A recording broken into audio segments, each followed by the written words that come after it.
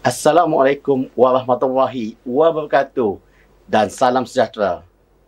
Hari ini anda akan bersama dengan saya dan rakan saya dalam Santai TVET. Saya Cikgu Izham bin Ismail dari SMK Pematang Tok Jaya dan ditemani oleh rakan saya Cikgu Saiful Azwar dari SMK Penanti. Jom kita terokai dunia sebenar perniagaan 3766. Baik pelajar-pelajar maupun cikgu yang bersiaran pada hari ini perniagaan 3766 ada 3 kertas. Kertas 1, kertas 2 dan kertas 3. Kertas 1 dahulu adalah soalan objektif yang mengandungi 40 soalan dan markahnya sebanyak 40. Wajaran bagi kertas 1 adalah sebanyak 20%. Jom kita tengok kertas 2. Dalam kertas 2 terdapat 3 bahagian. Bahagian A, bahagian B dan bahagian C. Bahagian A ada 6 soalan. Pelajar hanya wajib memilih 5 sahaja daripada 6 soalan dan markahnya 50. Manakala bahagian B ada 3 soalan. Pelajar hanya mampu menjawab 2 soalan saja dan markahnya sebanyak 30. Manakala bahagian C adalah kajian kes ataupun lebih senang katakan bahagian wajib pelajar jawab. 1 soalan saja dengan wajaran markah sebanyak 20 markah. Keseluruhan di bahagian kertas 2 ini, bahagian A, B dan C membawa wajaran sebanyak 60%. Kertas 3. Kertas 3 ni sebenarnya pelajar-pelajar telah pun melaksanakannya pada tempoh hari. Jadi, kita letakkan di sebelah. Untuk SPM yang bakal tiba ini, hanya berfokuskan pada kertas 1, kertas 2.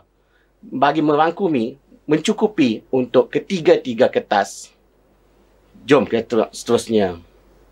Dalam subjek perniagaan ini, kita akan keluarkan topik dalam perniagaan tingkatan 4 dan tingkatan 5. Di tingkatan 4 terdapat 4 subtopik iaitu yang pertama, tujuan perniagaan dan pemilikan perniagaan. Topik yang kedua, trend semasa dalam perniagaan. Topik yang ketiga, penetapan visi, misi dan objektif perniagaan. Dan last topik terakhir di tingkatan 4 adalah bahagian-bahagian fungsian utama dalam organisasi perniagaan. Ingat, tingkatan 4, kesemuanya wajib kita terokai, hafal dan ingat. Jom kita masuk di tingkatan 5 pula. Ada 7 topik. Yang pertama, TSM ataupun pengurusan sumber manusia. Itu topik yang pertama. Manakala topik yang kedua, pengurusan sumber fizikal dan teknologi. Topik yang ketiga, sumber pembiayaan perniagaan. Dan topik yang keempat, penyata keuangan perniagaan. Di topik yang kelima, persediaan menjadi seorang usahawan. Topik yang keenam, persediaan memulakan perniagaan. Dan topik yang terakhir di tingkatan 5 adalah merancang pengendalian perniagaan ataupun kita dah rungkai di kertas 3 sebenarnya. Itulah topik-topik yang ada dalam perniagaan. Jadi, pelajar perlu kuasai di tingkatan 4 dan tingkatan 5. 11 topik ini. InsyaAllah pasti kejayaan milik anda. Baik, seterusnya. Saya bagi sikit tip macam mana boleh berjaya atau menguasai subjek perniagaan ini. Tadi saya dah cakap ataupun beritahu kertas 1, kertas 2 dan kertas 3. Kertas 1 wajarannya sebanyak 20 markah. Okey, kertas 2 60 markah dan kertas 3 membawa wajaran 20 markah. sekiranya dicampur ketiga-tiga kertas, membawa keseluruhannya ada 100 markah. Seandainya calon mendapat kertas 1 10 markah, kertas 2 30 markah dan kertas 3 15 markah, bermaksud calon ini telah mempunyai 55 markah. So, 55 ni tinggi sudah C. Tetapi, sebagai seorang calon yang hebat dan ingin berjaya dalam subjek perniagaan ini, perlulah meningkatkan lagi markah. Macam mana nak dapat A? Hanya perlu tambah lagi 15 markah untuk menjadikannya 70%. Di mana bahagian ini perlu kita kuasai? Kertas 3 sudah tamat. Hanya di kertas 1 dan kertas 2. Jadi, apa topik, 11 topik yang saya rungkaikan tadi, pelajar perlu kuasai, insya-Allah tambah lagi 15, pastinya boleh menguasai dan mencapai 70 markah yang untuk memperolehi A dalam subjek perniagaan. Baik, calon-calon, jom kita tengok macam mana teknik penulisan ataupun kertas 2 3722. Bentuk penulisan. Bentuk penulisan boleh kita buat esei ataupun perenggan maupun poin. Kedua-duanya tidak salah, terpulang pada calon itu sendiri. Yang kedua, kepala ayat atau lebih senang pembayang. Calon wajib tulis dan elak daripada kehilangan markah. Apapun di kertas 2 ni, kepala ayat atau pembayang tu wajib tulis. Yang ketiga, situasi atau stimulus. Situasi dan stimulus ni, jawapan perlu dikaitkan dengan stimulus. Selalunya stimulus ni ada petak, kotak, ayat dan sebagainya. So, kaitkan dalam jawapan anda. Seterusnya, yang keempat adalah kata tugas. Kata tugas, ingat balik kata tugas yang pernah cikgu-cikgu, pelajar ataupun calon belajar sebelum ini. Okey, kata tugas ni, jawapan mesti berdasarkan kata tugas. Okey, nanti kita tengok apa kata tugas yang pernah kita belajar tempoh hari. Seterusnya adalah kehendak soalan. Ini perlu ingat. Perlu faham kehendak soalan. Apa soalan tanya, apa soalan minta, pelajar perlu kuasai. InsyaAllah, jika pelajar kuasai, pelajar ingat, boleh menjawab soalan ini. Baik. Ini yang saya katakan. Kata tugas. Ada berapa kata tugas? Ada 7 kata tugas di sini. Baik. Jom kita tengok satu persatu. Apakah nyatakan, berikan. Pelajar hanya berikan fakta sahaja. Okey, ingat. Apakah nyatakan dan berikan. Pelajar hanya beri fakta sahaja. Yang kedua, hitungkan. Okey, kalau ingat hitungkan, selalunya dalam bahagian pengiraan. Iaitu, perlu ada formula, pengiraan dan jawapan. Beserta alasan. Yang ketiga, terangkan. Popular ni, terangkan. Perlu ada fakta, perlu ada huraikan. Yang keempat, bandingkan. Perlu ada perbezaan dan persamaan. Ingat, bandingkan, perlu ada perbezaan dan persamaan. Seterusnya, huraikan. Ada 3 benda. Fakta, huraian dan contoh. Seterusnya, wajarkah, bersetujukah? Saya suka soalan ini. Wajarkah, bersetujukah? Anda calon perlu jawab setuju ataupun tidak setuju. Wajar ataupun tak wajar. Dan berikan ulasan ataupun huraikan. Ingat, jawab wajar dapat markah. Jawab tak wajar pun dapat markah. Baik, seterusnya ada huraikan. Seterusnya adalah jelaskan dan mengapakah. Okey, bila jelaskan dan mengapakah, pelajar perlu tulis huraikan sebabnya. Sebab apa berlaku, sebab apa terjadi dan sebagainya. Inilah rungkaian atau kata tugas di dalam subjek perniagaan kertas 2. Baik, calon-calon, jom kita bersama dengan kawan saya, seorang lagi, iaitu Cikgu Saiful Azwar dari SMK Penanti.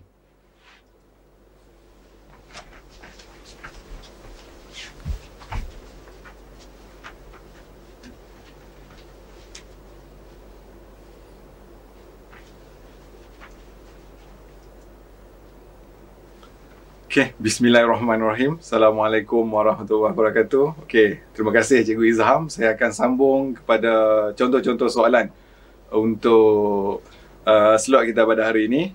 Okey. Okey, kita tengok soalan pertama. Saya akan kaitkan setiap soalan dengan kata tugas yang telah Cikgu Izham maklumkan sebentar tadi. Okey, saya akan bagi contoh kata tugas dan contoh soalan bagaimana kata tugas tersebut dia boleh berjalan lah. Okey, kita tengok kepada kata tugas yang pertama, iaitu apakah, nyatakan, berikan. Okey, calon-calon kena ingat, yang ni simple saja. Untuk apakah, nyatakan dan berikan, kita just bagi fakta sahaja. Okey, kita tengok soalan yang pertama. Contoh soalan dia, apakah perbezaan antara kos tetap dan kos berubah? 4 markah. Okey, calon-calon semua kalau perasan, saya buat dekat sini ada highlight untuk 3 warna. So, calon-calon pun boleh ikut. Untuk dalam SPM, kita buat macam ni. Contoh, kita highlightkan pada kata tugas dan kita highlightkan pada kehendak soalan dan terakhir kita highlightkan pada kehendak markah. Sebab apa? Sebab contoh, kita highlightkan pada kata tugas, kita tahu kata tugas tu adalah kata tugas apa, dan kepada kehendak soalan, apa kehendak soalan tersebut, dan markah. Contoh 4 markah, calon-calon perlu berikan 4 jawapan. Okey. Untuk soalan yang ni, kos tetap dan kos berubah, kita boleh buat dalam bentuk jadual ataupun peta macam ni. Perbezaan antara kos tetap dan kos berubah. Dia tak ada jadi satu masalah lah. So, calon-calon boleh terus buat dalam jadual tersebut. Okey, kita tengok kepada soalan seterusnya. Okey, masih dalam kata tugas apakah, nyatakan, berikan. Okey, nyatakan kepentingan dokumen invoice. Okey, kita tengok kat situ, kata tugas dia adalah nyatakan. Okey, untuk ni, soalan ni dia minta kepentingan dokumen invoice, 3 markah. So, kita bagi terus, apa kepentingan dokumen invoice? Apa-apa soalan yang tanya, apakah, nyatakan, berikan, kita terus bagi fakta dia tersebut. Okey, contoh kat sini, kepentingan dokumen invoice tu adalah merekod pembelian barang niaga. Okey, contoh macam tu lah, calon-calon kena bagi. Okey, tanpa melengahkan masa, kita tengok kepada soalan seterusnya. Pasal yang awal ni, yang simple, apakah, nyatakan, berikan. Saya akan tekankan lebih kepada yang penting pada kata tugas yang memberi wajaran markah yang tinggi. Okey, untuk kata tugas seterusnya, tadi Cikgu Izham dah beritahu, kalau soalan hitungkan, kita kena bagi formula, kita bagi pengiraan plus dengan jawapan, dan ada setengah soalan hitungkan ni, dia minta calon untuk memberikan alasan.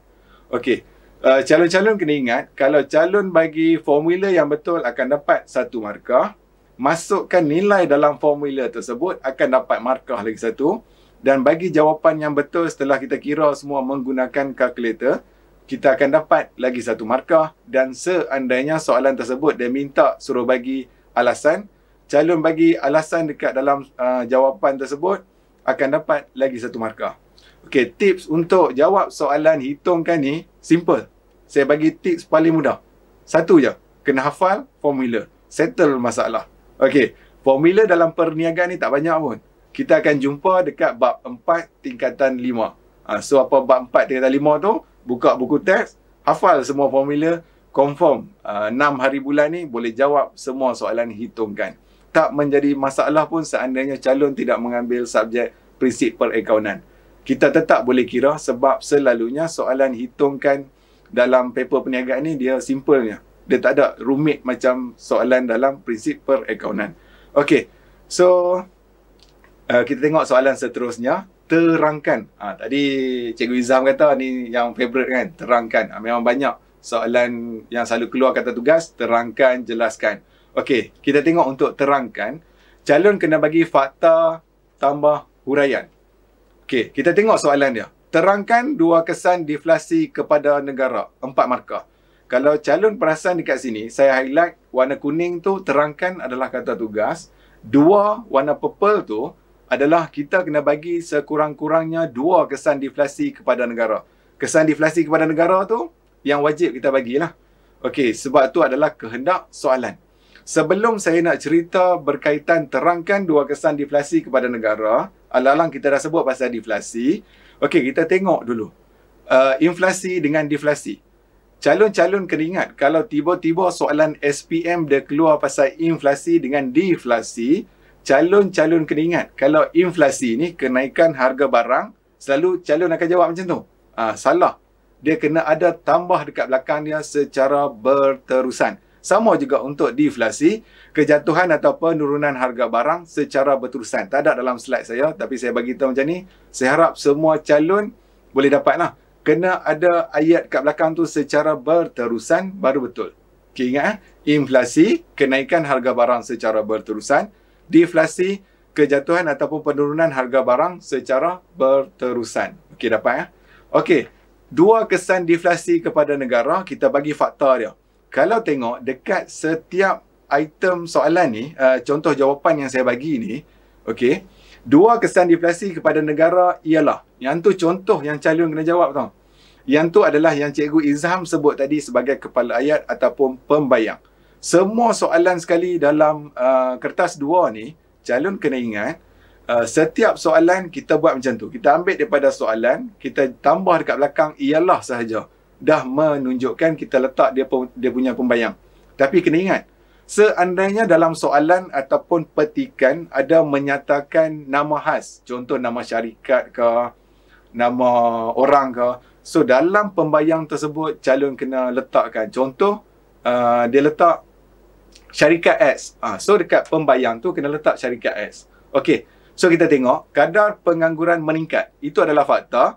Kuasa beli penduduk menurun pun fakta. Membantutkan ekonomi negara pun fakta. Pendapatan negara berkurangan pun fakta. So yang bawah dia tu semuanya huraian. Okey. So semua dapat. Untuk kata tugas terangkan, calon wajib bagi fakta dan bagi huraian. Okey. So kalau ada masalah jangan risau.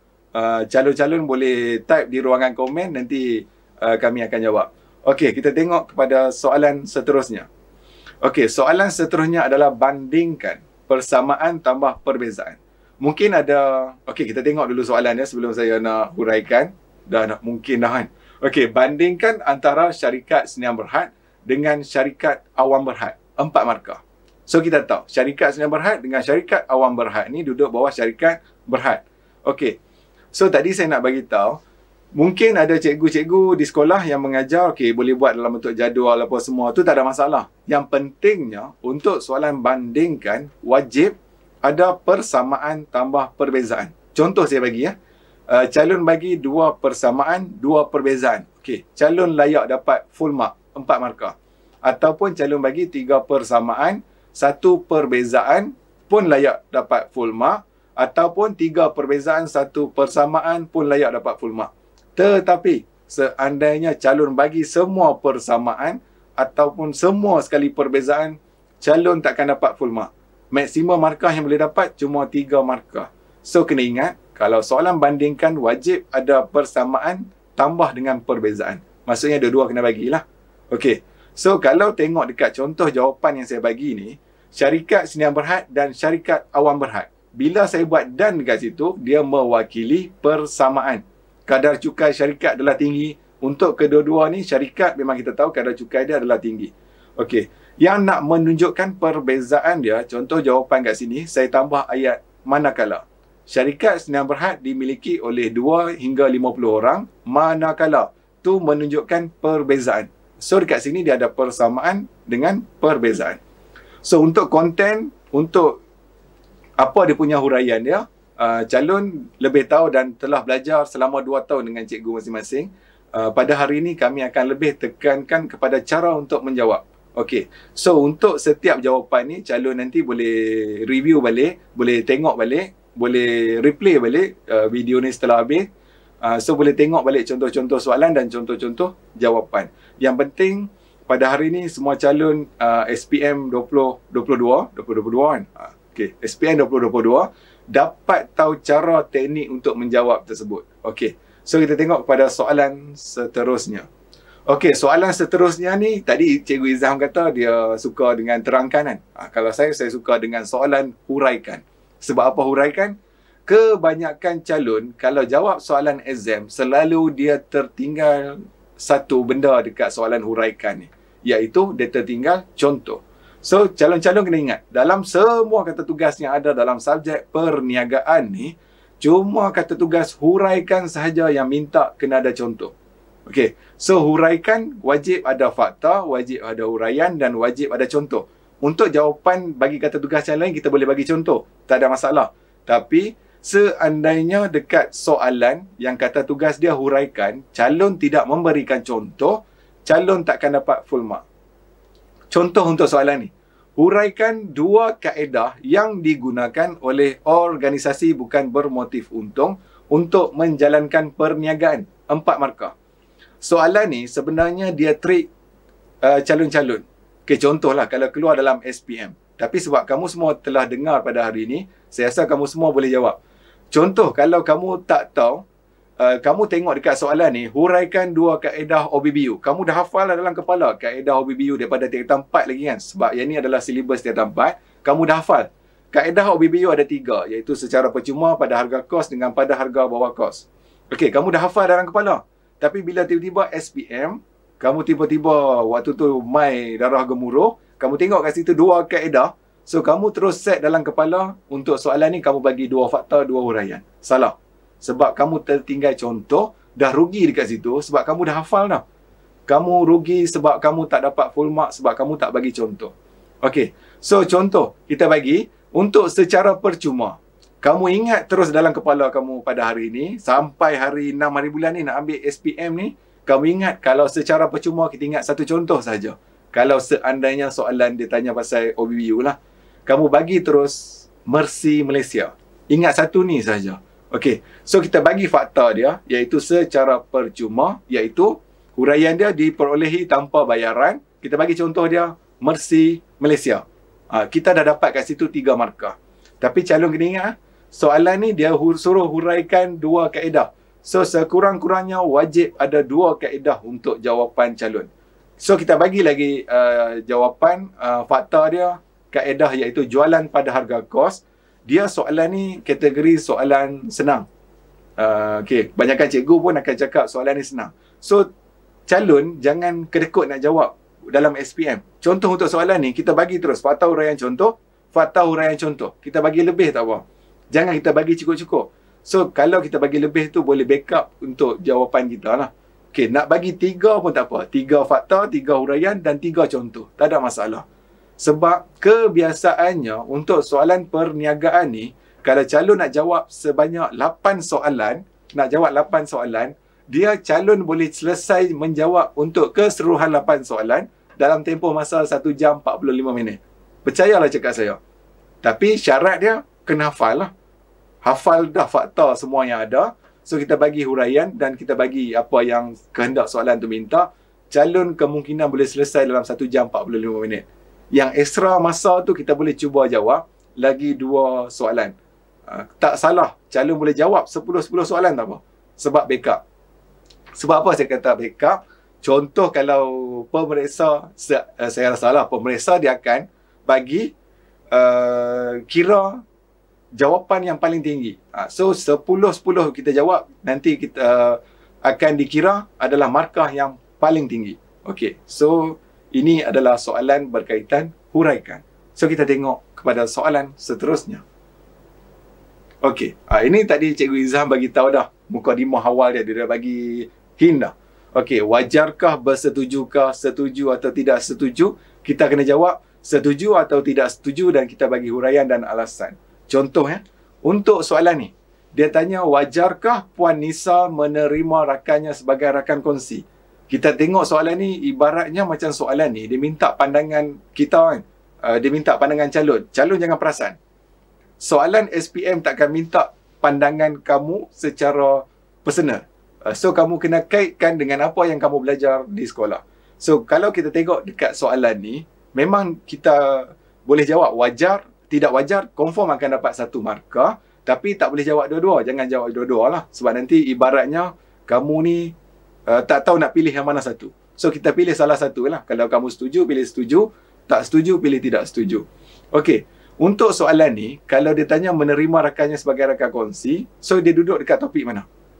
Okey, betul. Walaupun tak ada jawapan kan, saya tolong jawab. Okey. Sebabnya dia akan minta Kalau kamu setuju, kamu bagi jawapan kamu adalah berkaitan kelebihan rakan kongsi. Kalau kamu tidak setuju, kamu kena bagi kekurangan rakan kongsi. Okey, saya dah bagi tahu kan. So, selepas pada ni, kamu boleh double check balik dalam buku teks, buat revision balik, walaupun saya yakin lah, keseluruhan calon-calon SPM perniagaan di Pulau Pinang ni, semua dah ada dalam kepala dah kan, fakta-fakta. Kamu double check balik, kelebihan, kekurangan, kelebihan, kekurangan. Sebab dalam buku teks telah dinyatakan ada kelebihan kekurangan untuk milikan tunggal, perkongsian, syarikat berhad, koperasi, franchise dan usaha sama. Saya dah bagi hint so itu adalah bentuk pemilikan perniagaan. Bukan bagi hint, maksudnya bentuk pemilikan perniagaan ada 4 tambah 2. Total ada 6. So 6-6 tu wajib kamu tahu lah. Okey, so tanpa melengahkan masa, kita tengok kepada soalan seterusnya.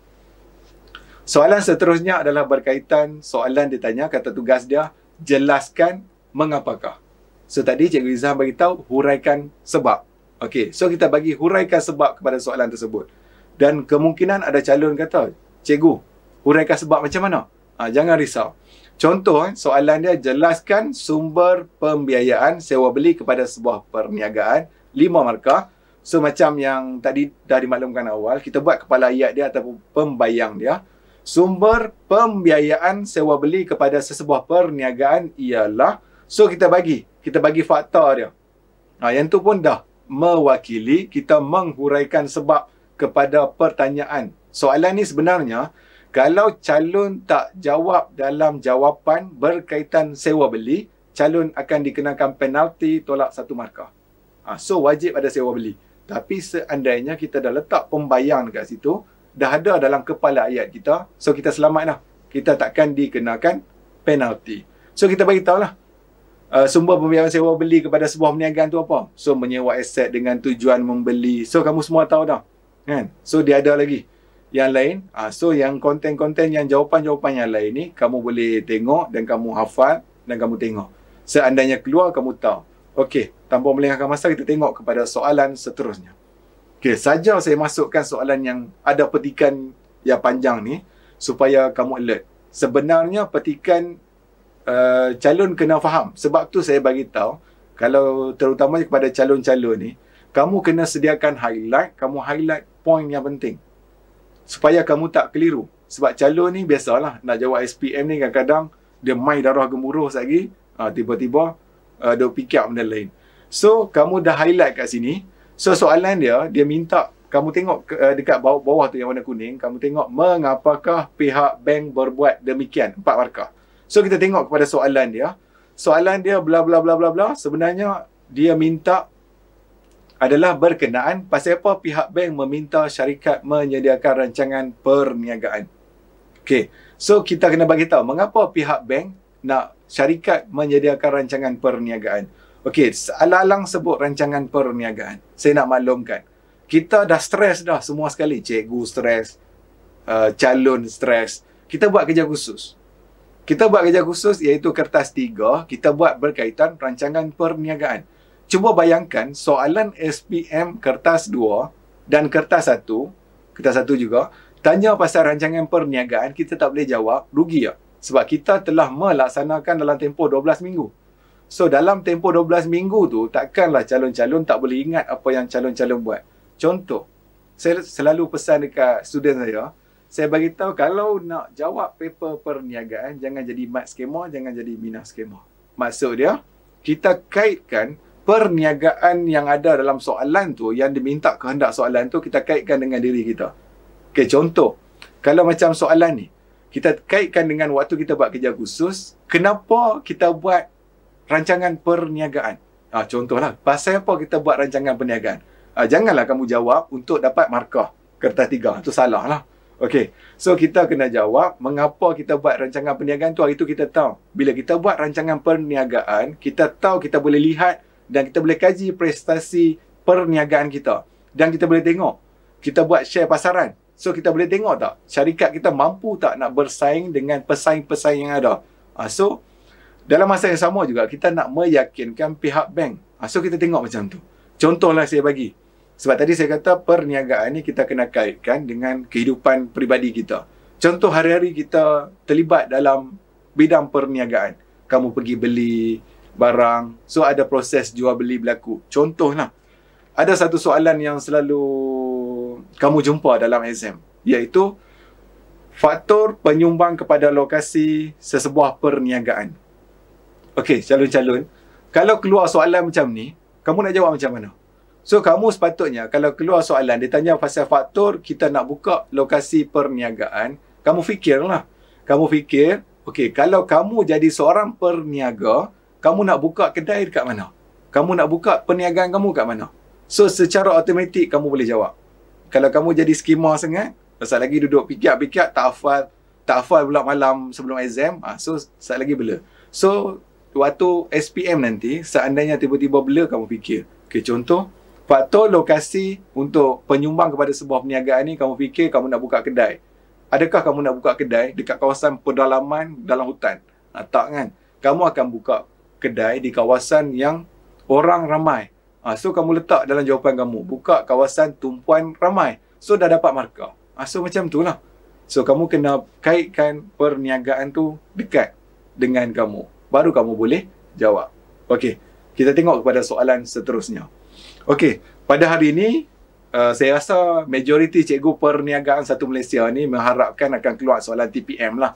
Tapi kita doa lah supaya 6 hari bulan ni ada soalan TPM. Sebab kalau seandainya keluar soalan tanya pasal TPM, secara automatik dia akan ada suruh kamu buat graf. Dan kamu semua dah hafal lah. Bukan hafal lah, kamu dah buat graf. Kamu dah belajar waktu tingkatan 4. So, saya nak bagi pendedahan sedikit pada kamu pada hari ini. Kalau keluar soalan, dia minta kamu buat graf TPM. Okay. So, dia akan mewakili wajaran markah yang besar sebab kamu kena buat graf. So, okay, contoh kita tengok. Dekat awal ni, sebab yang ni saya buat short lah. Dia suruh kamu secara automatik, kalau kena buat graf, kamu kena hitung nilai TPM tu. Hitung kuantiti minimum kasut yang dihasilkan oleh syarikat tersebut dalam situasi TPM. Okey. So, dalam kamu student, kamu kena tahu formula TPM. So, kamu hafal hari ni, TPM sama dengan kos tetap bahagi harga tolak kos berubah seunit. Kalau perasan di paparan yang ada ni, saya dah letak dalam jadual tersebut, dalam kotak tersebut, iaitu kos berubah sepasang kasut, kos tetap harga kasut. Student jangan berangan lah. Soalan dia akan bagi straight macam ni. Dia akan bagi kemungkinan ataupun tiba-tiba cari tak jumpa. Kemungkinan semua ni dia akan duduk dalam petikan yang panjang. Contoh, ada satu tahun SPM 2019, tak silap saya, 2019 atau 2018, lebih kurang macam tu. Keluar soalan TPM, okey, dia duduk dalam satu petikan yang panjang, duduk dekat bahagian C, tak silap saya. Okey, so dia duduk dalam petikan yang panjang tu, student dia kena cari kos berubah kat mana, kos tetap kat mana, harga kasut kat mana. So, kalau kamu dah hafal formula dia, so kamu tahu, kena cari kos tetap, kena cari harga kasut, dan kamu kena cari kos berubah seunit. So, kamu letak formula dapat markah, so kamu masukkan nilai dalam formula dan kamu bagi nilai dia. Contoh, kita kira-kira kita dapat TPM sama dengan 1250 unit. So, kita tengok bagaimana cara kita nak buat graf. Okey, next. Okey, ni adalah graf TPM. Okey, mula-mula sekali, okey, ni cara saya lah. Cara orang kata, cara paling simple, cara orang kata trik nak bagi student-student saya senang ingat. Saya akan mula-mula suruh mereka buat, sebab yang ni saya dah bagi full. Dia ada color hitam, color merah, color biru, color hijau kan. Okey, kamu tengok yang color hitam dulu. Mula-mula kita buat part C. Calon-calon kena ingat, kalau lakarkan graf TPM ni, part C tu wajib part C yang ada anak panah. Kalau buat part C tak ada anak panah, salah graf TPM kamu lah. So, part C mesti ada anak panah. So, anak panah tahu kan? Kita tengok contoh anak panah tu. So, kita ada anak panah untuk part C X dengan part C Y. So, kita tarik satu, kamu tengok dekat bahagian garisan jumlah hasil. Mula-mula kita buat garisan jumlah hasil. Kamu buat lebih kurang center macam tu. Setelah buat garisan jumlah hasil, sebab kamu dah tahu dah, memang akan ada satu garisan jumlah hasil. Dan kamu tahu kos tetap, cikgu ajak, kalau kos tetap dia adalah satu garisan lurus. So, kita buat terus garisan kos tetap. Kita dah tahu dah. Sebab dia takkan ada yang nilai yang lain dah kita nak buat macam graf matematik. Sebab ni adalah graf TPM. So kamu buat satu garisan kos tetap, kamu letak nilai dia 100,000 dapat kat mana? Kita ambil daripada petikan ataupun yang tadi yang dalam jadual yang ada tadi, yang dekat awal. So kita letak kos tetap. Setelah kita letak kos tetap, kita letak nilai TPM yang telah kita kira tadi, iaitu 1250. Kita buat satu garisan yang dia bersilang daripada X sampai yang ke Y, itulah jadi petak. Okey, setelah letak nilai TPM tu, kita buat satu lagi garisan untuk jumlah kos. Settle untuk graf TPM. Lakarkan graf TPM, kamu boleh dapat maksimum markah 3 markah. Tapi calon kena ingat, selalu kalau kita buat graf TPM, dia selalu minta apa? Okay, saya anggap semua yang ada dekat rumah yang tengah menonton ni, saya anggap semua menjawab lah. Saya dengar daripada rumah masing-masing. Ada yang jawab, oh ada lorekan kan. So lorekan tu apa? Dia ada dua jenis lorekan, iaitu satu lorekan keuntungan, satu lagi lorekan kerugian. So kalau lorekan keuntungan, kita lorek dekat bahagian mana? Kita lorek dekat bahagian atas. Kalau kita kira dia rugi, kita akan lorek dekat bahagian bawah. So untuk next slide, kita akan tengok kehendak soalan dia minta dengan menggunakan graf yang sama. Keuntungan soalan, keuntungan pula cikgu perniagaan kan sebut pasal keuntungan. Dia advantage dekat soalan ni sebab dia dah bagi tahu dah, lorekkan kawasan keuntungan. So secara automatik student dah tahu kena lorek dekat bahagian atas. Tapi seandainya kalau keluar dalam SPM nanti, dia suruh lorekkan tapi dia tak bagi tahu keuntungan ataupun kerugian. So kamu kena tahulah, kalau keuntungan kita lorek dekat bahagian atas, kalau rugi kita lorek dekat bahagian bawah. Okey. So ulang balik soalan dengan menggunakan graf yang sama, lorekkan kawasan keuntungan sekiranya syarikat ingin mengeluarkan kasut sebanyak 110 unit melebihi TPM. Maksudnya, tadi TPM 1250, kita tambah dengan 110 jadi 1360. So, kalau kita dah tahu 1360, secara automatik graf dia kita akan tambah dekat melebihi 1250 tu lah. Yang garisan warna purple tu. So, kita terus buat lorekan dia. So, kita akan dapat markah dekat lorek keuntungan dan garis kuantiti yang 1360 unit tu. Okay, semua dapat lah? Okay. So, kita haraplah keluar soalan graf. Okey. Kat sini saya letak kat paparan, ulang kaji. Sektor, skala dengan saiz. Pasal apa? Yang ni saya dapat kesan, yang ni calon saya sendirilah. Iaitu student sekolah saya sendiri. Kalau sektor, skala dengan saiz, selalu student keliru. So, bila malam ni, saya nak bagi kamu, malam pula tersebut malam kan. Tapi memang malam pun. Okey, kita tengok. Sektor, skala dengan saiz. So, kita nak elakkan kamu keliru. So, kita buat ulang kaji sikit. Okey. Sektor, skala dengan saiz. Kamu ingat kalau sektor dia ada 3, skala dia ada 2, saiz dia ada 3.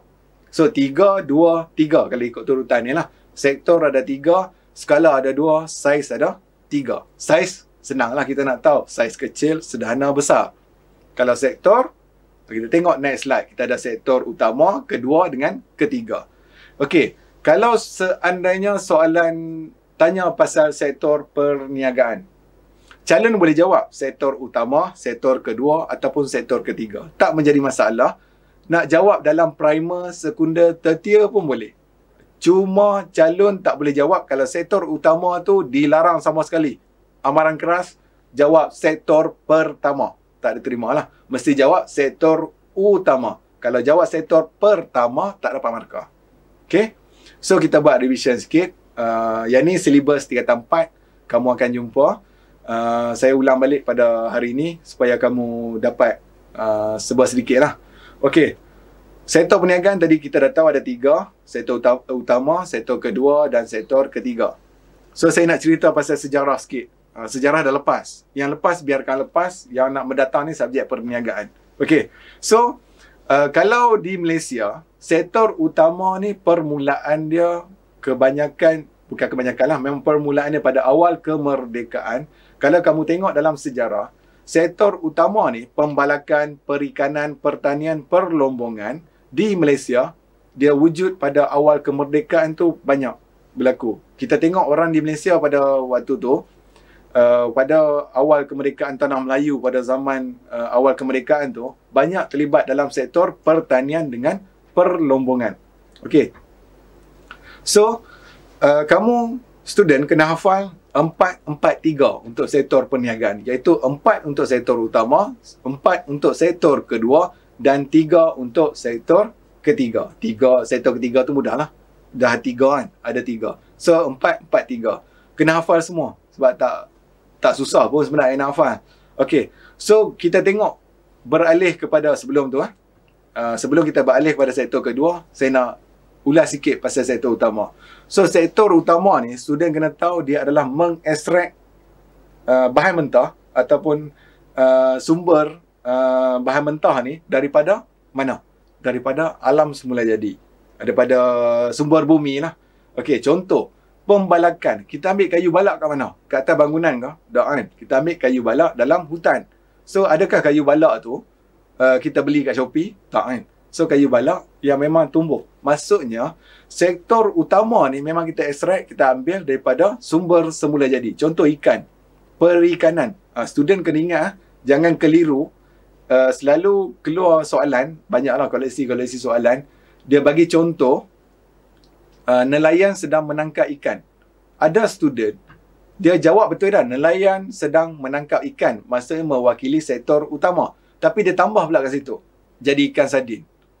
Betul ke salah? Ikan sardin yang dalam tin tu, ikan sardin tu memang ada ikan sardin dekat laut. Maksudnya jadi produk ikan sardin dalam tin. Ikan sardin dalam tin tu bukan duduk dekat dalam sektor utama. Okey, so kena ingat, perikanan ni maksudnya aktiviti menangkap ikan.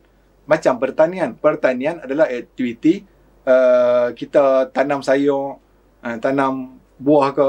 Okey, sama dengan perlombongan. Kalau kat Malaysia ni terkenal dengan lombong biji timah lah pada awal kemerdekaan kan. So, dia mengekstrak bahan mentah daripada sumber bumi, alam semula jadi. So, daripada kita dah ekstrak, cuba bayangkan lah, ini lawak sikit lah, lawak yang Cikgu Izham tadi dia bisik kat saya kan. Dia bagi lawak sikit. Contoh, bayangkan pada awal kemerdekaan ni, semua sumber, 4 sumber ni, pembalakan, perikanan, pertanian, perlombongan. Contoh, nelayan duk tangkap ikan banyak-banyak kat laut tu kan, dia simpan sampai awal 90-an. So pada awal 90-an tu, bila dia simpan kan, dia simpan ikan pada sampai 90-an, ikan tu nak buat apa? So simpan saja jadi ikan masin. So barulah wujudnya kilang-kilang pembuatan ni, pengilangan dan pembuatan. So dia proses daripada sumber semula jadi tadi, dia proses bahan mentah menjadi produk siap ataupun produk separuh siap, iaitu adalah untuk sektor kedua. So sektor kedua dia ada pengilangan, pembuatan, dia ada pembinaan, pembekalan tenaga dengan kejuruteraan. Okey. So bila masuk sektor ketiga, okey, semua calon yang sedang menonton ni, kamu ingat sektor ketiga, nak hafal dia mudah ya. Kamu hafal, kamu ingat Cikgu Saiful Kacau. Okey. Sagi Cikgu Izham, dia jealous. Sebab apa? Okey, kamu ingat cikgu. Cikgu duduk dalam sektor awam. So ingat sektor awam, cikgu bekerja dalam sektor awam. So kamu ingat, bila ada sektor awam, akan ada sektor swasta, akan ada sektor dia akan ada bahagian yang sukarela untuk buat kerja. So dia ada 3 lah, awam, swasta dengan sukarela. Settle untuk sektor. So ingat, tanamkan dalam kepala kamu berkaitan sektor perniagaan. Okey, kita tengok revision seterusnya. Skala perniagaan. Untuk skala perniagaan ni, siapa yang biasa dengar daripada saya, kan? Saya selalu bagi contoh berkaitan airport. Kalau tak tahu airport, lapangan terbang. Kalau tak tahu lapangan terbang, airport. Okey. So bila kamu pergi lapangan terbang, kamu pergi airport kan. Okey, contoh kamu pergi airport, kamu akan jumpa 2 bahagian. Masuk je airport, nampak 2 bahagian. Satu domestik, satu antarabangsa. Kalau kamu nak terbang dalam negara, kamu akan nak pergi bahagian domestik. Kalau kamu nak pergi, contoh nak pergi Thailand, kan? Kamu kena naik penerbangan antarabangsa. Kalau naik penerbangan domestik, tak sampai lah. Kalau daripada Penang, dia akan drop kamu sampai Bukit Kayu Hitam lah. Kamu kena turun pakai payung terjun. Sebab penerbangan domestik. So, kena ingat, skala perniagaan dia ada 2, iaitu domestik dengan antarabangsa. Yang ni saya bagi cerita pelik ni. Saya sebut cerita pelik lah. Sebab cerita yang tak orang kata bukan ni, nak bagi kamu nampak mudah. So, kamu ingat pergi airport ada dua, iaitu domestik, antarabangsa. Kamu dah tahu skala perniagaan ada dua. So nak ingat domestik pula, kita ingat apa yang berlaku dekat dalam, contoh kamu student. Kamu ada main sukan dekat sekolah. So kalau main sukan kat sekolah, untuk domestik ya, kamu main sukan kat sekolah, kamu akan main dekat peringkat tempatan dulu kan. Daerah tu adalah tempatan. So kamu main dekat peringkat daerah, lepas main dekat peringkat daerah iaitu tempatan tu, kamu akan jadi wakil negeri. So bila jadi wakil negeri, secara bila cemerlang main, kamu akan jadi wakil kebangsaan. So nampak tak? Dalam peringkat daerah adalah tempatan. Negeri adalah contoh kita kat Pulau Pinang, dia ada daerah, 5 daerah. Daerah Barat Daya, daerah Timur Laut, daerah seberang perai utara, selatan dengan tengah. Oh, daerah sendiri sebut last kali kan. So ada 5 daerah. So 5 daerah yang duduk ni, bila dia sebut contoh berlaku di daerah Barat Daya, perniagaan antara daerah Barat Daya dengan daerah seberang perai tengah. So dia adalah jawapan kamu kena letak dalam jawapan kamu adalah mewakili peringkat negeri sebab dia masih dalam negeri. Kalau dia dekat mewakili antara negeri, contoh Perak dengan Penang dengan Sabah, ada 3 negeri terlibat. So dia adalah dalam peringkat kebangsaan. Okey, kena ingat. Kalau dalam satu daerah, contoh dalam daerah seberang perai tengah saja, so dia duduk dalam tempatan. Okey. So antarabangsa ada 2, iaitu zon dengan global. So ingat skala perniagaan. Sebentar lagi saya akan tunjuk contoh soalan yang saya sebut-sebut ni, tempatan, negeri, kebangsaan ni. Sebab apa kamu kena hafal? Sebab dalam soalan dia takkan bagi tahu itu adalah skala domestik. Dia takkan bagilah. Kalau dia bagi, tak jadi soalan lah kan? Okey. So kita tengok seterusnya. Saiz perniagaan.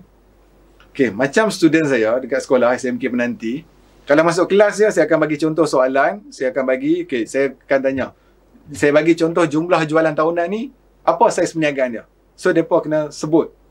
So sama kamu semua yang sedang menonton ni, kamu kena hafal untuk makluman kamu, kebiasaannya yang ditanya dalam soalan exam lah. Dia tanya berkaitan saiz perniagaan untuk penghilangan. Tapi kita hafal dua-dua lah. Penghilangan dengan perkhidmatan. Okey. So kita hafal untuk jumlah jualan tahunan. Untuk jumlah jualan tahunan, kita hafal 315, 15, 50, 50 atas. Okey, saya ulang balik. So kita hafal 315, 15, 50, 50 atas. Okey, Cikgu Izham dia bagi tahu kat saya boleh buat dalam bentuk lagu. So buat dalam bentuk lagu. 315, 15, 50, 50 atas. So kamu nyanyilah. Selagi saya nyanyi lagi, ramai pula jadi peminat saya. Okey, so kita buat 315, 15, 50 atas. So yang tu, bila kita ulang, dia ikut turutan 315 kecil, 15, 50 sederhana, 50 atas besar. So bila saya wajibkan student saya kat sekolah, dia hafal ikut jumlah jualan tahunan dengan bilangan pekerja tetap ni. So bila keluar soalan exam, dia akan buat, dia ingat yang ni 315, 15, 50 ke atas ni. So dia boleh jawab walaupun berapa jumlah yang dia bagi. Okey, kamu takkan nampak perbezaan dia. Sebab contoh sebelum student hafal, kebiasaannya dia akan ingat, contoh dalam soalan dia bagi 14 juta. Student ingat jumlah jualan tahunan ni 14 juta, bagi dia perniagaan tu dah saiz besar lah. Tapi sebenarnya dia masih perniagaan bersaiz kecil. Sama dengan bilangan pekerja tetap, kamu kena hafal 575, 75, 200 atas. So nanti kamu tag cikgu kamu buatlah Google Meet sebelum ni ke, kamu ajak cikgu kamu sama-sama, jom kita menyanyi. Nak hafal yang ni kan. Budak Pemantang Tok Jaya boleh ajak Cikgu Izham lah, dia pandai menyanyi. Okey, so samalah. Kalau sekolah apa, Haji Makno, sekolah Kak Yani boleh Cikgu Yani ajak dia menyanyi. Cikgu Siti Nurin, sahabat student kan yang ada pada malam ni, ajak cikgu kamu menyanyi untuk lagu berkaitan saiz perniagaan. Okey, kita tengok kepada contoh soalan yang saya sebut duk cerita-cerita ni. Okey, kita tengok. Kalau dekat sini kita nak jimat masa, so saya dah tolong highlight dah.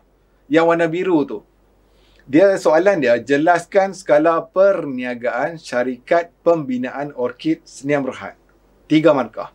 So dia suruh jelaskan skala perniagaan. So tadi kita dah hafal skala perniagaan, pergi airport, nampak dekat airport ada domestik, ada antarabangsa. Okey. So soalan ni adalah soalan trik sebenarnya. Soalan yang boleh menyebabkan ramai calon salah. Sebab apa? Okey, dekat bahagian yang warna biru saya highlight dalam petikan tu, beroperasi di Sabah. Okey, sudah dah nampak. Okey, beroperasi di Sabah domestik. Okey, tapi yang trik dia dekat bawah. Bercadang menjalinkan usaha sama dengan syarikat pengeluar ABS di negara Eropah dalam tempoh masa terdekat. So, ada setengah student yang tak berhati-hati ni, dia tengok, oh, negara Eropah. So, secara automatik dia buat antarabangsa. Tapi, salah. Sebab kena double check balik ayat tersebut. Dia baru bercadang menjalinkan usaha sama. Dia belum lagi menjalinkan usaha sama. So, dia baru bercadang. Tapi ada setengah calon, dia tersilap sebab dia nampak ada negara Eropah. So, dia terus letak dekat jawapan antarabangsa. Tapi yang ada di Penang yang sedang menonton pada hari ini, kamu tengok, oh kamu dah tahu dah. Okey, Cikgu Saiful bagi tahu, kita highlight, kita tengok cuma beroperasi di Sabah. So, dia adalah skala pasaran domestik. So, kita letak pasaran domestik. So, kita tengok dia beroperasi di Sabah, dia tak ada cerita pun tempatan ke, dia tak ada cerita pun dekat peringkat mana. So, kita letak dekat peringkat negeri dalam Sabah. Okey, so kita tengok, kita ambil daripada petikan, dia berkaitan rumah projek yang dikendalikan untuk pasaran sekitar negeri Sabah. Kita cari yang dalam petikan lah. So, seterusnya memenuhi permintaan dari pelbagai daerah dan dalam negeri. Yang tu kita kaitkan. Antara jelaskan skala perniagaan syarikat pembinaan orkid Sdn Bhd. Okey, kita tengok contoh soalan seterusnya. Yang ni, yang saya minta kamu hafal tadi, yang berkaitan saiz perniagaan. Okey, kita tengok dalam petikan.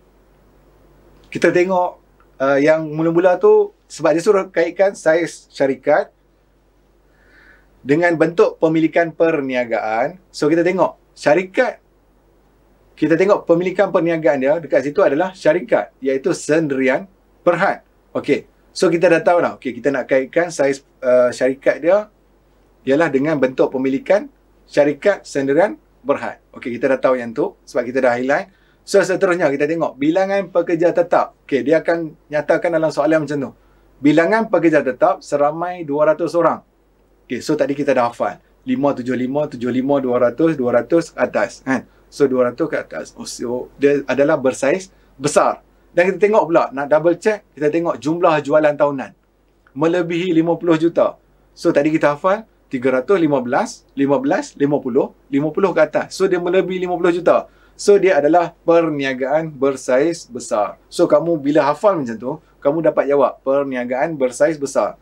Okey. So, kamu ambil balik daripada petikan, jualan tahunan melebihi 50 juta. Kita ambil balik yang dekat petikan. Cuma, dalam paper perniagaan, kamu jangan terlebih rajin. Kamu salin petikan tu daripada awal sampai akhir. Memang tak dapat markah lah. So, kena ambil yang berkaitan lah. Yang kita ambil yang berkaitan dengan kehendak soalan tu. So, kita ambil bilangan pekerja tetap 200 orang. So, dekat situ dah dapat dah 3 markah. So, tadi soalan dia suruh jelaskan perkaitan antara saiz syarikat dengan bentuk pemilikan perniagaan. So, kita letak bentuk milikan perniagaan dia ialah syarikat Sdn Bhd. So, kita jelaskan yang berkaitan syarikat Sdn Bhd sebuah sedikit sampai cukup 6 jawapan, dah melayakkan kamu dapat 6 markah. So, senang tak senang subjek perniagaan? Senang kan? So, rugi kalau kamu tak boleh skor. So, nanti saya doakan semua yang menonton ni semua dapat A. Kan? Sebab dah nampak dah. Okey, kita tengok kepada soalan seterusnya. Saya buat revision lagi berkaitan sumber perniagaan. Saya yakinlah cikgu-cikgu Penang, bukan semua cikgu Penang sajalah, satu Malaysia ni, tadi dia suruh hafal saiz skala ni apa semua sebab kebanyakan yang kami suruh hafal ni bukan apa. Selalu student keliru. Bila keliru ni, keliru tu bermasalah dalam exam. Sebab apa? Bila keliru secara automatik sama dengan salah lah. Sama juga untuk sumber perniagaan. Dalam sumber perniagaan ni, saya dapat kesan kalau bila exam kat sekolahan. Bila semak yang calon punya, calon selalu keliru antara jenis dengan prosedur mengurus. So, pada hari ni, kita nak bagi clear. Dia ada dua jenis. Dia ada dua perbezaan lah. Satu jenis, satu prosedur mengurus. So student kena tahu. Okey, untuk sumber perniagaan. Contoh kalau tiba-tiba soalan SPM dia suruh huraikan sumber perniagaan. Dia tanya secara umum. So kamu bagi kat situ. Sumber fizikal, sumber teknologi. Dapat 2 markah. Okey, so kita tengok. Kita buat revision sikit. Sumber perniagaan ada 2, iaitu sumber fizikal dengan sumber teknologi. Kamu hafal dalam kepala kalau sumber fizikal ada 6. Kalau jenis sumber fizikal ada 6. Jenis sumber teknologi ada 3. 6, 3. Dan kamu hafal dalam kepala kamu, prosedur mengurus untuk kedua-dua sumber perniagaan ni cuma ada 2 je. So selalu student, kalau dia minta prosedur mengurus, ada student yang dia bagi jenis sumber fizikal. Pada soalan minta prosedur. So kamu kena pandai beza prosedur dengan jenis 2 benda yang berbeza. Okey. So kalau soalan minta jenis sumber fizikal, kamu bagilah 6. Dia ada 6. Okey. Bangunan dan kemudahan, kilang dan mesin, peralatan ICT. ICT ni saya ringkaskan sebenarnya peralatan teknologi maklumat dan komunikasi. Saya letak peralatan ICT lah. Okey. So seterusnya bahan mentah, stok dan produk siap. Itu adalah jenis. Sama juga untuk jenis sumber teknologi. Ada 3. Harta intelek, lesen perisian, kemahiran dan pengalaman. Okey, untuk prosedur mengurus sumber fizikal, kamu hafal perlindungan insurans dan keselamatan dan penyelenggaraan dan baik pulih secara terancang. Okey.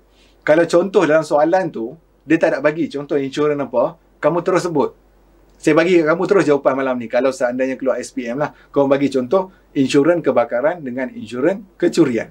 Bagi terus 2 contoh ni. Kalau soalan tanya huraikan. Kata tugas huraikan kena bagi contoh kan. So kamu bagi. Contohnya ialah insurans kebakaran ataupun insurans kecurian. Bagi terus. Okey.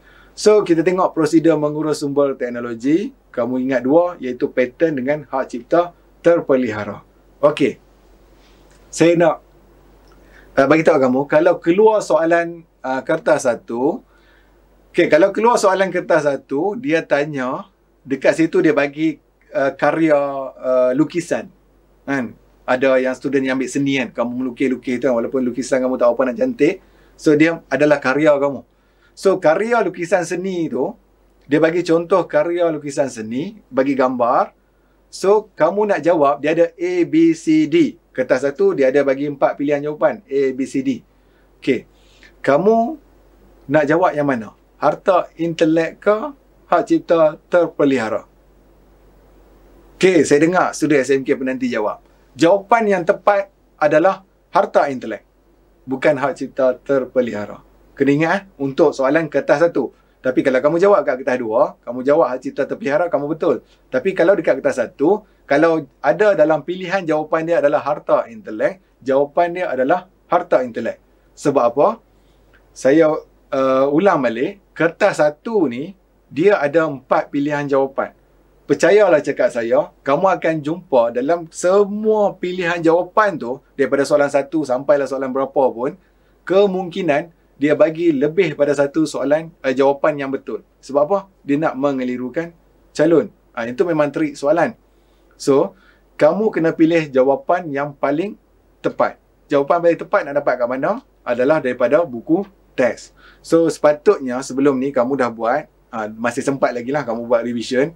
Kamu buka contoh soalan, kamu tengok A, B, C, D, kamu tengok dalam buku teks. Yang mana ada dalam A, B, C, D tu, itulah jawapan yang paling tepat. Sebab dia akan bagi yang ada dalam buku teks. Yang tak ada dalam buku teks, tu bukan jawapan tepat. Kecuali soalan kebat lah. Tapi yang ni bukan kertas 2. Ni kertas 1 dia bagi pilihan jawapan. Okey, next. Kita tengok kepada slide seterusnya. Okey. Slide seterusnya ni berkaitan prosedur pengurusan sumber. Saja saya masukkan sebab tadi saya dah cerita berkaitan sumber perniagaan. So kita tengok dia bagi dekat situ satu soalan petikan sebab ni adalah soalan contoh soalan bahagian B. Jawapan dia skala markah dia 6 markah. So dia minta jelaskan prosedur pengurusan sumber yang dimiliki oleh syarikat. Syarikat yang tu lah, Sutra Travel Sdn Bhd dalam petikan tu. Dia bangunan dia, pejabat dia di Padang Kota Pulau Pinang. Dia ada 6 buah bas persiaran. Dia ada peralatan pejabat seperti komputer, mesin pencetak, alat pahwa dingin, meja dan kerusi. So, soalan dia minta jelaskan prosedur pengurusan sumber yang dimiliki oleh syarikat Sutra Travel Sdn Bhd. So calon nak jawab macam mana? Tadi saya bagi tahu. Dia minta, kalau minta prosedur, kita bagi tahu prosedur lah. Kita jangan bagi tahu jenis. Kalau dia minta jenis, barulah kita bagi tahu kemudahan dan bangunan dan kemudahan dia adalah bangunan pejabat di padang kota. Yang tu jenis. Yang ni prosedur. So prosedur dia ada dua. Tadi kalau untuk sumber fizikal, saya bagi tahu perlindungan insurans dan keselamatan. Lagi satu, penyelenggaraan dan baik pulih secara terancang. So kamu bagi dua tu, dapat 2 markah. Tapi sebab dia suruh jelaskan, kamu bagilah. Contoh tadi saya sebut dah. Bagi contoh insurans kebakaran. Kalau kamu tengok dalam petikan yang ada ni, dekat skrin ni, dekat paparan, kat skrin pula, kat paparan yang ada depan kamu, tak kisahlah, skrin phone ke, skrin laptop ke, komputer ke, kamu buka projektor, tengok kat kedai mamak ke, tak kisahlah. Kan? So, kamu tengok, ada tak dia cerita berkaitan insurans kebakaran? Tak ada. So, kamu boleh bagi contoh. Insurans kebakaran ke, insurans kecurian ke. So, memasang kemudahan keselamatan seperti CCTV tu semua adalah untuk keselamatan lah, perniagaan tersebut. So, kita buat, pasal apa kita buat penyelenggaraan dan baik pulih secara terancang? So, kita nak memastikan peralatan kita berfungsi dengan baik. So, kita jelaskan. Okey. So, cara yang kamu nak jawab untuk soalan yang macam ni adalah seperti inilah. Okey. So, kita tengok pada soalan seterusnya. Okey. Ni saya masukkan contoh soalan-soalan SPM lah. Yang bukan kemungkinan akan keluar. Maksudnya soalan-soalan yang biasa keluar dalam exam. Okey. So, saya cerita sebuah sedikit supaya kamu nampak gambaran dia. Bagaimana contoh soalan yang kemungkinan akan ada untuk kata tugas dia dengan cara kamu nak kena menjawab. So, kita tengok. Dia ada bagi 2 jenis gambar. Gambar 2 dan gambar 3 menunjukkan 2 buah organisasi perniagaan. Soalan dia, bagaimanakah bahagian fungsian kewangan gambar 3 berinteraksi dengan gambar 2? Dia bagi 4 markah. Soalan ni, kalau kamu tak highlight, kamu tak gariskan kehendak soalan, confirm kamu akan jawab salah, kamu akan dapat 0 markah. Pasal apa saya cakap 0 markah?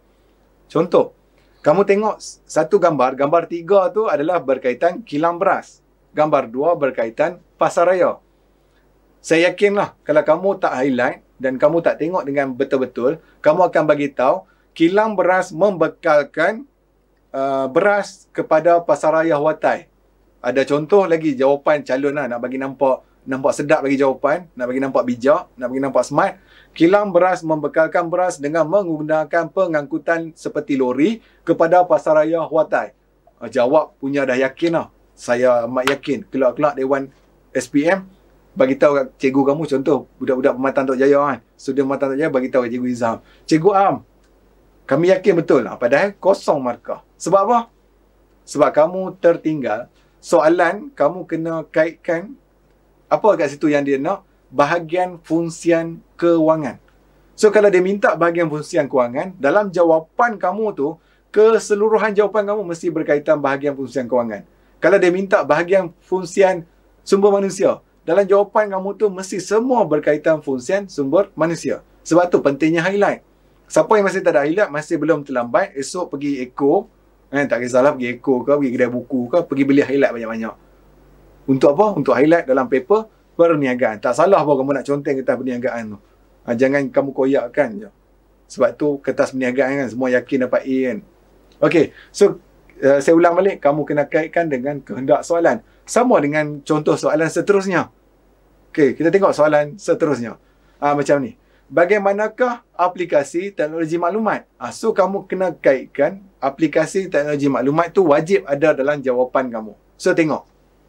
Contoh soalan dia. Dialog berikut adalah perbualan di antara Encik Saiful, pengurus pengeluaran dengan Encik Azwar. Kenal kan? Dua-dua ni kamu kenal. Pengurus pembelian di syarikat pengeluaran produk sejuk beku. So, dia dialog antara dua, Encik Saiful dengan Encik Azwar. Okey, Encik Saiful beritahu penyelia bahagian pengeluaran melaporkan kekurangan stok bahan mentah. Encik Azwar beritahu kalau begitu hantarkan segera senarai keperluan kepada saya untuk tindakan. Okey, so dia beritahu sebenarnya dia nak beritahu kurang stok. So Encik Azwar tu dia suruh hantarlah senarai.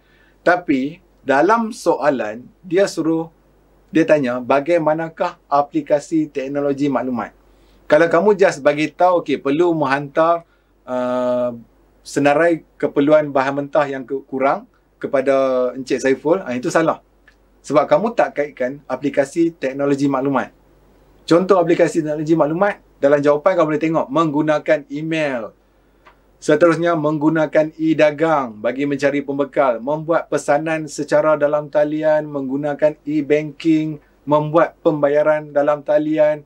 Contoh zaman sekarang, zaman TikTok, kamu boleh juga masukkan memberikan maklum balas melalui WhatsApp, Telegram atau contoh lain seperti TikTok, DM dia sebut direct messenger, tapi tak payah nak sebut macam tu. Maksudnya kamu bagi tahu WhatsApp ke Telegram ke, bagi message, reply message tu dah menunjukkan kamu menggunakan aplikasi teknologi maklumat. So kena ingat kalau dia kata berkaitan aplikasi teknologi maklumat, kena kaitkan teknologi maklumat. Sama macam soalan sebelum ni kalau fungsian. Fungsian ada berapa semua sekali fungsian? Tak ada siapa jawab kan, sebab tak ada two-way communication.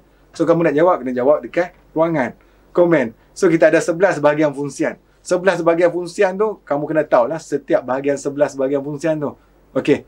Kita tengok kepada contoh soalan yang seterusnya. Okey. Dia bagi satu petikan, stimulus, syarikat kreatif design Sdn Bhd merupakan sebuah agensi pengiklanan. Syarikat ini memerlukan seorang pekerja yang mahir dalam bidang seni, teknologi maklumat serta selok-belok dunia pengiklanan untuk mengisi kekosongan jawatan mereka bentuk pengiklanan. So dia tanya soalan dia, bagaimanakah, tu kata tugas dia, kemahiran kebolehkerjaan. Kamu dah tahu dah, kemahiran kebolehkerjaan tu kamu dah tahu dah. Berkelayakan, pengalaman apa semua kan. So yang ada pada seorang pekerja dapat membantu kejayaan sebuah perniagaan. Soalan ni kalau kamu just bagi ke, kamu perasan kan, saya ada tinggalkan gap antara hijau dengan hijau. Hijau kuning tu memang Kedah, tapi bukan nak cerita pasal Kedah. So hijau dengan hijau tu saya bagi gap sebab saya nak bagi kamu perasan kemahiran kebolehkerjaan tu kamu kena kaitkan dengan yang dapat membantu kejayaan sesebuah perniagaan. Baru kamu dapat markah. Kalau dia tanya secara umum saja, contoh bagaimanakah kemahiran kebolehkerjaan yang perlu ada pada seorang pekerja. Itu kamu boleh jawab secara umum terus. Kamu bagi terus kemahiran kebolehkerjaan yang ada. Tapi dekat soalan ni, kamu kena buat saling berkaitan antara kemahiran kebolehkerjaan dengan bagaimana kemahiran kebolehkerjaan yang ada pada pekerja tersebut dapat bantu kejayaan sebuah perniagaan tu. Contoh, kamu bagilah jawapan. Mempunyai kelayakan ijazah. Walaupun dalam petikan tak ada, tapi kita boleh bagilah. Sebab berkelayakan. So, berkelayakan ada ijazah. So, kalau ada ijazah ni secara automatik meningkatkan kecekapan dalam pekerjaan. Tak kisahlah kelayakan ijazah ke, diploma ke, sijil ke. Ada sijil dalam bidang seni. Kan? Ada sijil dalam bidang teknologi maklumat. Contoh, Encik Aizat ada sijil dalam bidang teknologi maklumat. So, dia dapat meningkatkan kecekapan dia dalam buat kerja dia lah. Okey. Seterusnya, berpengalaman sebagai pereka bentuk. So, dia dah ada pengalaman dah sebelum ni 3 tahun sebagai pereka bentuk. So, secara tak langsung, dia dapat bantu kejayaan perniagaan dia. Dia dapat menggalakkan kreativiti dan inovasi. So, alang-alang sebut kreativiti dan inovasi ni. Cikgu Izham, dia suruh saya tekankan. So, kalau kreativiti ni, benda yang tak ada lagi, tapi kita buat. Maksudnya, kita cipta suatu benda yang baru. Tapi kalau inovasi, kita buat penambahbaikan, kita buat penambahbaikan kepada produk sedia ada. So, student kena tahu beza. Sebab ada soalan exam yang dia tanya kreativiti, ada student yang buat penambahbaikan kepada produk sedia ada, buat penambahbaikan lah. So, salah. So, kreativiti ni adalah kita buat sesuatu produk yang baru. So, kena tahu beza dia kreativiti dengan inovasi. Okay, so kita tengok kepada contoh soalan seterusnya. Sebab kita ni pun dah lama dah. Okay, ini tadi saya ada sebut. Jelaskan faktor lokasi sebagai penyumbang dalam memulakan perniagaan. Yang ni kamu boleh kaitkan. Kamu letak situasi kamu dalam soalan ni. Kamu letak, okey, kalau kamu nak buka kedai, kamu nak buka kedai kat mana? Sebab tengok skala markah dah. 6 markah, besar tu. Takkanlah nak jawab sambil lewat, nak jawab tinggal kosong lah. Ingat, dalam exam perniagaan jangan tinggalkan kosong. Saya harap semua calon Pulau Pinang ni, semua sekali akan jawab dengan jawab semua sekali lah. Paling kurang 8, maksimum 10. Jangan jawab 11 ataupun 12. Sebab soalan maksimum ada 10 saja. So, paling kurang jawab 8. Paling banyak kamu boleh jawab sampai 10 soalan. Okey, contoh kepada soalan ni. Kamu letak situasi kamu macam tadi saya ulang balik. Kamu letak, kamu nak buka kedai kat mana? So, mestilah kawasan yang strategi. Kamu tengok lokasi itu berpotensi untuk berkembang. Contoh, kamu nak buat di kawasan Bertam. Kan? So, kamu tengok kawasan Bertam tu ada potensi tak untuk berkembang? So, ada potensi lah. So, kamu boleh buat. Contohlah, takkan kamu nak buat di kawasan contoh. Student daripada SMK Teluk Bahang. Sebab dia pun dekat dengan Monkey Beach kan. So, dia nak buat lokasi perniagaan ni dekat Monkey Beach. So, logik tak? So, tak logik. Pasal apa? Sebab kita nak pergi ke Monkey Beach, bagi student yang lain tak tahu, kalau nak pergi ke satu tempat yang nama dia Monkey Beach ni, kita kena naik boat ataupun kena hiking jauh. So, tak sesuai kita nak buka kedai runcit kat situ. So, dia susah untuk berkembang. Sebab dia, kalau ada pelancong, baru dia dapat keuntungan. Okey. So, kita seterusnya, kos sewa yang bersesuaian ataupun berpatutan. Itu pun kamu boleh masukkan dalam jawapan kamu. Berhampiran dengan pelanggan. Ataupun tempat yang menjadi tumpuan ramai. Contoh kamu bagi, mempunyai jalan raya. Betul ke salah? Okey, tak boleh jawab kan? Sebab apa? One way communication saja, bukan two way. Okey, so mempunyai jalan raya atau mempunyai pondok bas, jawapan kamu tu betul. Sebab apa? Dia adalah kemudahan infrastruktur. Kan dekat situ kamu tengok kat jawapan, terdapat kemudahan infrastruktur ataupun contoh. Mempunyai jalan raya lah. Contoh, kamu nak buka kedai tak dekat kawasan yang tak ada jalan raya? Contoh, saya bagi tahu. Cikgu Izham ingin memulakan perniagaan membuat roti Arab. Kan? Dia nak buat satu perniagaan roti Arab, dia nak buat dalam kawasan hutan yang tak ada jalan raya. Kamu rasa siapa pelanggan dia? Monyet-monyet yang ada dalam hutan lah. So, takkan mengalami, dia bukan satu tempat yang sesuai lah. Sebab dia tak ada jalan raya. Kalau nak pergi tu, kena tempuhi hutan, kena bawa parang lah, kena tebas tu. So, tak sesuai. So, mudah dikunjungi dan berhampiran dengan pembekal. Tu kamu boleh jawab macam tu. Okey, kita tengok pada contoh soalan seterusnya. Okey. Saya suka soalan ni. Pasal apa? Saya nak bagi tahu kat kamu, kalau keluar contoh soalan macam ni, dia tanya pasal dokumen perniagaan. Dokumen perniagaan duduk dekat bab 305. Kamu buat revision balik. Dalam dokumen perniagaan tu ada banyak jenis dokumen perniagaan. Dia ada resit, dia ada voucher, dia ada memo. Kamu double check balik lah. Okey, so untuk soalan ni, dia tanya maklumat berikut berkaitan urus niaga perniagaan kedai roti. So, dia bagi dua tarikh urus niaga. Satu 20 hari bulan, satu 25 hari bulan. Satu dia bagi tahu 20 hari bulan dia bayar sewa kedai sebanyak RM1,200. 25 hari bulan dia bayar bil elektrik rumah sebanyak RM200. So, kamu kena jelaskan dokumen perniagaan yang terlibat. Untuk soalan yang dokumen perniagaan, dia ada tarikh urus niaga, wajib kamu letak tarikh. Tak letak tarikh, kosong markah. Ingat kalau kamu tak letak tarikh, kosong markah. Wajib letak tarikh. Okey, kita tengok 20 hari bulan. Dia bagi tahu bayar sewa kedai sebanyak RM1,200. So, kalau kamu bayar sewa kedai, kamu bayar secara tunai, kamu akan dapat resit. So, kamu kena rekod bayaran sewa kedai sebagai bukti pembayaran. Okey. Untuk 25 hari bulan, dia bayar bil elektrik rumah. Dia satu syarikat perniagaan. Dia bila kamu owner kepada syarikat tersebut, kamu guna duit syarikat, kamu nak bayar untuk kegunaan peribadi kamu, kamu kena buat satu memo. Kamu kena buat rekod ambilan tunai, iaitu RM200 untuk kegunaan pemilik. Okey. So, dia selain pada tu, dia ada lagi yang lain lah. Contoh, tadi resit, memo, nanti kamu dah cek balik untuk dokumen perniagaan dalam bab 305. Okey, so kita tengok pada soalan seterusnya. Okey, yang ni pun saya suka contoh soalan macam ni. Kalau dekat sekolah selalu saya bagi soalan, kalau nak cerita pasal soalan ni, saya bagi satu tips kepada student lah. Saya bagi tahu tips perkahwinan. Okey. So, bila tips perkahwinan, siapa yang paling seronok? Student perempuan. Senyum sampai ke telinga. Kan? Okey. So, kita tengok. Dekat sini, dia soalan ni pun soalan trik. Dia bagi nama orang. David dan Azlan mempunyai sebuah perniagaan perkongsian bla bla bla bla bla. So dia bercadang menggabungkan perniagaan dia dengan sebuah syarikat senyam berhad.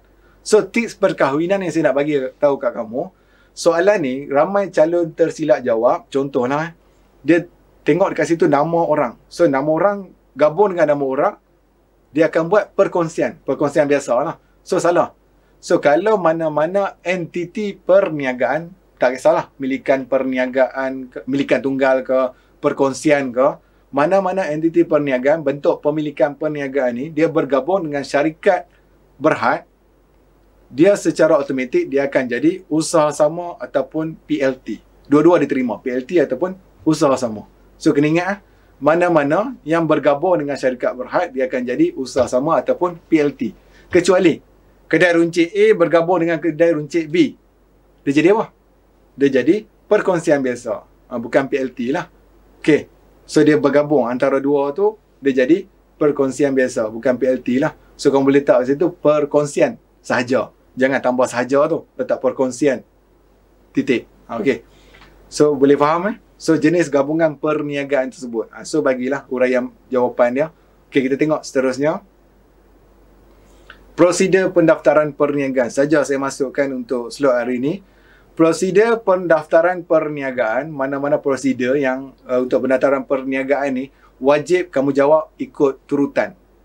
Contoh pencarian nama dulu, mengisi borang pendaftaran perniagaan, serah dokumen dan buat pembayaran apa semua tu sampai mendapat kelulusan tu, wajib ikut turutan.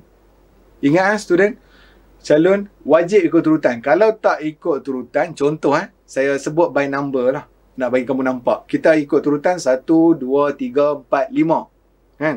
Kamu buat 1, 3, 2, 5, 4. Ikut turutan tak? Tak ikut turutan kan? Kosong markah. Sama juga. Kalau contoh untuk prosedur pendaftaran perniagaan, kamu buat menyerahkan dokumen lengkap. Lepas tu isi borang caraian nama. Lepas tu mendapat kelulusan. Lepas tu baru isi borang pendaftaran perniagaan. Tak dapat markah. Ingat prosedur pendaftaran perniagaan wajib kita buat ikut turutan. 1, 2, 3, 4, 5 ikut step dia lah. Kita isi borang caraian nama dulu. Borang caraian nama kalau milikan tunggal, ingat je. Borang caraian nama ni sama dengan PNA 42. Kalau borang pendaftaran perniagaan adalah borang A. So ingat, PNA 42 adalah borang caraian nama. Kalau dekat sekolah saya, senang lah. PNA ni mewakili ada seorang nama budak, nama dia Puteri Nadia Azira. So kami panggil dia PNA. So orang boleh ingat lah, PNA caraian nama. Okay, so menyerahkan dokumen lengkap ikut step. Bayaran kepada SSM, saya sebut yang ni untuk pendaftaran syarikat. Saya sebut kalau untuk perniagaan yang biasa, kamu kena ingat kalau nama sendiri, saya bagi tahu terus, nama sendiri berapa ringgit? RM30. Kalau nama trend, RM60. So ingat fee bayaran dia kita kena bayar RM30 untuk nama sendiri, RM60 untuk nama trend. Yang tu saya sebut secara ni lah, sebab tak ada dalam slide. Okey, so kita tengok kepada contoh soalan seterusnya. Faktor persekitaran luaran. Ini saja saya masukkan, sebab saya nak highlight kat kamu, kalau dia suruh jelaskan faktor persekitaran luaran, kamu kena ingat, kamu tengok dalam buku teks, kamu tengok dalam buku rujukan lah apa semua kan. Macam student saya haramkan pakai buku rujukan. Saya suruh pakai buku teks lah. Okay. So kalau kamu tengok dalam buku rujukan, mereka dah buat dah. Short. Okay. Kalau faktor persekitaran luaran ni, ekonomi, politik, sosio-budaya, ekologi, semua tu kan. Teknologi. So dia buat macam tu. Sebut macam tu. So kamu hafal, kamu terus letak macam tu. Kalau jawab dalam SPM, kosong markah. Ingat, kamu kena jawab seperti mana yang akan saya bagi tahu. Contoh kalau ekonomi, kamu kena jawablah faktor persekitaran ekonomi. Ekonomi yang meningkat. Kalau politik, politik yang stabil. Kalau teknologi yang berkembang maju. Contohlah. Okey, kamu kena ada yang sambung tu. Kalau kamu just bagi teknologi, politik, sosio budaya, kosong markah. Kena ingatlah student. Saya harap kamu ingatlah ini. Pasal banyak yang student yang dia just buat politik. Jawapan dia betul kalau ikut. Tapi tak diterima lah. Okay. Jawapan dia jadi kurang jelas. So, kena buat dengan detail sikit. Okey, kita tengok seterusnya. Ingat faktor persekitaran luaran ni yang kita tak boleh kawal. Contoh politik. Politik kita tak boleh kawal. Ekonomi kita tak boleh kawal. Teknologi tak boleh kawal. Contoh, kamu beli telefon hari ni, kamu boleh kawal tak telefon tu akan kekal esok masih pakai version yang sama tak? Kemungkinan kamu beli hari ni, esok dia bawa keluar version yang baru. So, kita tak boleh kawal teknologi. Sebab teknologi ni sentiasa berkembang. Okey. Kita tengok saja saya masuk sama. Semua soalan saja saya masukkan. Nak bagi kamu ingat bagaimanakah contoh bagaimanakah syarikat Sutera Travel menangani masalah pemandu pelancong syarikatnya. Saya nak bagi tahu kat kamu selalu saya jumpa kalau student saya kalau exam kan waktu awal-awal dulu sebelum dimaklumkan ramai kalau dia jawab dia nak menangani masalah masalah pekerja dia akan buang kerja. Calon-calon kena ingat dalam perniagaan tak boleh buang kerja ataupun berhenti kerja terus. Sebab apa? Kita kena ikut step lah. So, kalau kamu nak buang kerja, boleh kamu tambah ayat dia. Diberhentikan kerja setelah diberikan amaran secara berturut-turut ke, diberikan amaran banyak kali ke. So, baru jawapan tu diterima. Kalau kamu buat terus berhenti kerja, diberhentikan kerja, kosong markah. Tak dapat markah. Ataupun dibuang kerja, tak dapat markah. So, mesti ada ayat dibuang kerja setelah diberikan amaran secara berturut-turut baru diterima. Okey. Sebab dalam perniagaan ni, kita nak ajar student sambil pada tu, kehendak KPM, dia nak ajar student yang ambil perniagaan ni adalah menjadi seorang pengurus yang cemerlang. Iaitu, contoh, kalau pengurus yang cemerlang, adakah kamu nak pekerja kamu masalahnya, kamu terus buang. Nak cari kerja satu kos pula. So, kita kena jaga kebajikan dia. Contoh, kalau kamu jaga kebajikan pekerja kamu, kamu layan dia dengan elok, kamu rasa pekerja kamu nak lari tak? So, kamu fikir kamu adalah seorang majikan. Kamu nak bagi apa dekat pekerja kamu, ataupun kamu fikir kamu seorang pekerja. Kamu nak apa daripada majikan kamu. So, kalau contoh, kamu bagi bonus kepada pekerja kamu, bagi allowance tambahan, kamu rasa pekerja tu akan lari tak? Tak. Dia akan stay dengan kamu walaupun dia tak seronok. Contoh, dia tak suka tengok kamu. Tapi dia suka dengan penghargaan yang diberikan. Itu contoh lah. Nah. Okey, seterusnya. Kamu buat satu gaya pengurusan yang baik. Okey. Untuk yang, okey. Mengamalkan gaya pengurusan yang baik. Contoh, kamu bagi gaya pengurusan yang demokratik. Tapi jangan bagi laissez-faire pula. Sekali lagi pekerja naik tocang. Kan? Pekerja malas tak mau buat kerja. Okey. So, kita next seterusnya. Okey. So, kita kembali kepada faktor dalaman. Tadi faktor luaran yang kita tak boleh nak bendung. Kita tak boleh nak kawal. So, faktor dalaman ni kita boleh kawal. Contoh faktor dalaman, gaya pengurusan. Kamu jawab, jangan lupa yang saya sebut awal dengan Cikgu Izham sebut awal. Kena ada kepala ayat dia. So, kita buat gaya pengurusan yang sesuai. Okey, student tengok. Ada 3 jenis gaya pengurusan yang baik, iaitu demokratik, sokongan dengan sederhana. Okey. So, kita boleh masukkan 3 gaya pengurusan ni adalah gaya pengurusan yang bersesuaian lah dengan perniagaan. So, kita tengok lagi jawapan yang lain. Menyediakan latihan pembangunan. Kita buat penambahbaikan kepada produk. So, bagaimana faktor dalaman tu dapat membantu syarikat mencapai sasaran tersebut. So, kita kaitkan juga dengan apa yang ada dekat. Yang ni kita tak masukkan yang dalam petikan. So, sebab dia minta bagaimanakah faktor dalaman dapat membantu syarikat mencapai sasaran tersebut. Sebenarnya dia tak tanya apa yang berkaitan dengan petikan tersebut. Dia tak ada kaitan pun. Okey. So, kamu kena tahu lah faktor dalaman tu apa. Gaya pengurusan apa semua lah. Okey, so kita tengok seterusnya. Okey. Tindakan yang perlu diambil. Sama juga macam saya sebut awal tadi. Kamu tak boleh bagi tindakan buang kerja. Macam kat sini dia akan menyiasat. Contoh soalan dia, jelaskan tindakan yang perlu diambil oleh pengurus sumber manusia TSC bagi mempertingkatkan mutu perkhidmatan di cawangan gurun. Dalam petikan dia, saya cerita sebuah sedikit. Dia cerita pasal dia ada masalah dekat tempat pengasuh tersebut. Pekerja dia bermasalah. So, apa tindakan majikan dia nak ambil? So, dia kena siasat. Dia kena cari bukti. So, kamu kena buat jawapan yang orang kata jadi majikan yang terbaik lah. Bukan majikan yang kejam, yang nak terus buang. Okey, kita bagi motivasi kepada pengasuh tersebut. kita bagi, walaupun dia buat masalah, kita bagi lagi faedah kat dia. Kita bagi insentif yang munasabah. Sebab apa? Secara tak langsung dia boleh tergerak dekat hati dia. Okey, majikan ni bagus. Dia contohlah noh. Majikan ni bagus, so dia boleh, dia pun niat nak kerja dengan terbaik. Okey. Okey, next. Okey. Soalan ni pun sama saja saya letak sebab saya nak highlight satu benda je. Kalau dia tanya pasal kaedah pengiklanan, jangan sekali-kali calon jawab media massa. Kamu nak jawab, kalau kaedah pengiklanan yang berkesan, kamu jawab dua je. Media bercetak ataupun media elektronik. Kalau kamu jawab media massa, salah. Kosong markah. Mesti jawab media cetak ataupun media elektronik. Media cetak, kamu bagi tahu lah. Contoh media cetak, flyers, risalah lah. Risalah. So, selalu risalah ni orang letak kan dekat dalam yang peti pos kat rumah tu. So, menghantar dari rumah ke rumah. So, kalau contoh media elektronik, kau bagilah contoh. Media sosial yang sesuai. Contoh, kita buat iklan di Facebook. Kita hantar iklan di WhatsApp. Hantar mesej banyak-banyak ke orang-orang. Nombor dapat mana? Rahsia. Okey. So, liputan dia lagi luas. Dapat menjimatkan kos kalau media elektronik ni lah. Okey. So, kita tengok. Okey, habis. Okey, teremak saya senangnya. Saya cerita. Gagal tu biasa kan. Tengok cikgu kacak ni. Okey, gagal itu biasa. Berusaha dari kegagalan tu luar biasa. Contoh kalau sebelum ni result kamu tak apa nak elok. So masih sempat ni.